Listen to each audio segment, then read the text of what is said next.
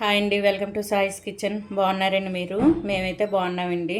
ఇప్పుడైతే నేను పచ్చి కొబ్బరితో హల్వా చేసి చూపిస్తానండి, స్వీట్ రెసిపీ. దీనికోసం అయితే నేను ఒక కొబ్బరికాయనైతే తురిమేసుకున్నానండి. ఈ విధంగా తురిమేసుకోవాలి. మీరు మిక్సీ పట్టుకున్నా పర్వాలేదండి, గ్రైండ్ చేసి పెట్టుకున్నా పర్వాలేదు. ఈ విధంగా తురిమేసుకొని ఒక కప్పు వరకు అయితే తీసేసుకున్నాను. తీసేసుకొని ఇది పక్కన పెట్టేసుకుందాం. ఈలోగా అయితే నేను స్టవ్ ఆన్ చేసేసుకొని ఒక ప్యాన్ పెట్టేసుకున్నానండి. 1 టేబుల్ స్పూన్ వరకు నెయ్యిని వేసేసుకున్నాను.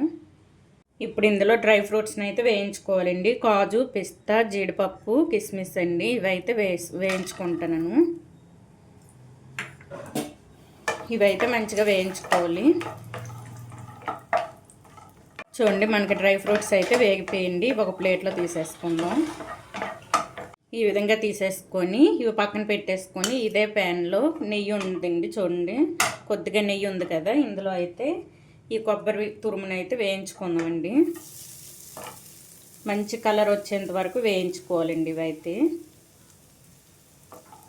ఇదైతే నేతిలో మంచిగా వేయించుకోవాలి.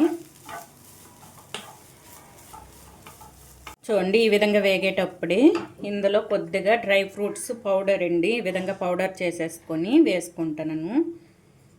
ఈ పౌడర్ వేస్తే ఇంకా టేస్ట్ బాగుంటుందండి. ఇవన్నీ కూడా మంచిగా పౌడర్ చేసేసుకొని వేసుకుంటానండి. ఈ విధంగా తురిమేసుకొని ఇది కూడా ఇందులో కలిపేసుకొని మంచిగా ఫ్రై చేసుకోవాలి.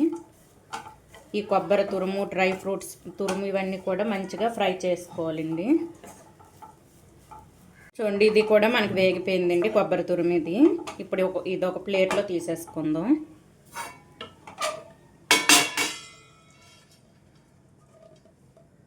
చూడండి, ఈ విధంగా ప్లేట్లో తీసేసుకొని ఇప్పుడు ఇది పక్కన పెట్టేసుకుందామండి. పక్కన పెట్టేసుకొని ఇదే ప్యాన్ పెట్టేసుకొని ఇందులో అయితే ఒక పావు కప్పు వరకు బెల్లాన్ని వేసుకోండి. మీరు ఇంకా ఎక్కువ షుగరు స్వీట్ తినే వాళ్ళు అయితే ఒక అరకప్పు వరకు బెల్లం వేసుకోండి. వేసేసుకొని ఒక అరకప్పు వరకు వాటర్ అయితే వేసుకుంటానండి. ఒక హాఫ్ కప్పు వరకు వాటర్ వేసుకోండి. వేసేసుకొని బెల్లాన్ని అయితే కరగనివ్వాలండి. ఇందులో దీనికి పాకం ఏవి రావాల్సిన అవసరం లేదండి, బెల్లము కరిగితే సరిపోద్ది. ఒక హాఫ్ కప్పు వరకు వాటర్ వేసేసుకొని ఈ విధంగా బెల్లాన్ని పూర్తిగా కరగనివ్వాలండి. ఇందులో చూడండి, ఈ విధంగా బెల్లం మొత్తం కరగాలండి. ఒక పావు కప్పు బెల్లంకి పావు కప్పు వాటర్ వేసుకున్నా పర్వాలేదండి. పూర్తిగా సిమ్లో ఉంచేసుకొని ఈ విధంగా మరిగించుకోవాలి. నేనైతే అరకప్పు వాటర్ అయితే వేసేసుకున్నాను. వేసేసుకొని ఇప్పుడు కొద్దిగా ఇందులో సాల్ట్ అండి, లైట్గా సాల్ట్ వేసేసుకోండి. కొద్దిగా అండి, ఎక్కువ వేసుకోకండి. ఈ విధంగా పూర్తిగా ఇది కరిగిన తర్వాత వాటర్ అనేది ఈ విధంగా మరగాలండి. మరిగేటప్పుడు అయితే ఇందులో మనం వేయించి పెట్టుకున్న కొబ్బరి తురుముని వేసుకోవాలండి. ఈ విధంగా మొత్తం కూడా వేసుకోవాలి. వేసుకొని కలిపేసుకోవాలండి. ఇది ఈ విధంగా పూర్తిగా ఈ కొబ్బరి తురుము దగ్గర పడేంత వరకు ఫ్లేమ్ మీడియంలో ఉంచేసుకొని కలిపేసుకోవాలండి. పూర్తిగా ఇది దగ్గర పడాలి, ప్యాన్ నుంచి విడినట్టు రావాలండి, సపరేట్ అవ్వాలి. అంతవరకు ఈ విధంగా కలిపేసుకోవాలి. ఫ్లేమ్ పూర్తిగా సిమ్లో అయినా మీడియంలో అయినా ఉంచేసుకొని ఈ విధంగా కలిపేసుకోండి.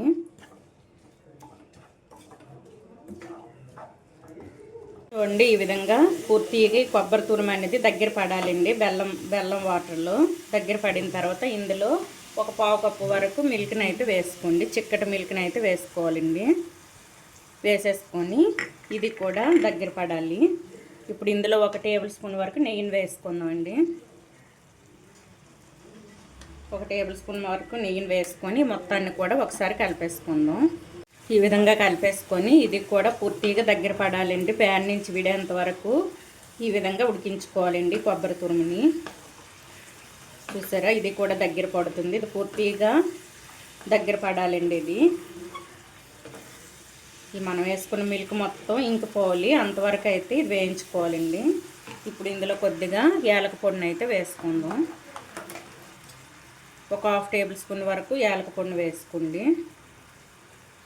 వేసేసుకొని మొత్తాన్ని కూడా మంచిగా కలిపేసుకోవాలి. కలిపేసుకొని ఇందులోనే డ్రై ఫ్రూట్స్ని కూడా మనం వేయించి పెట్టుకున్న డ్రై ఫ్రూట్స్ని కూడా వేసుకుందాం.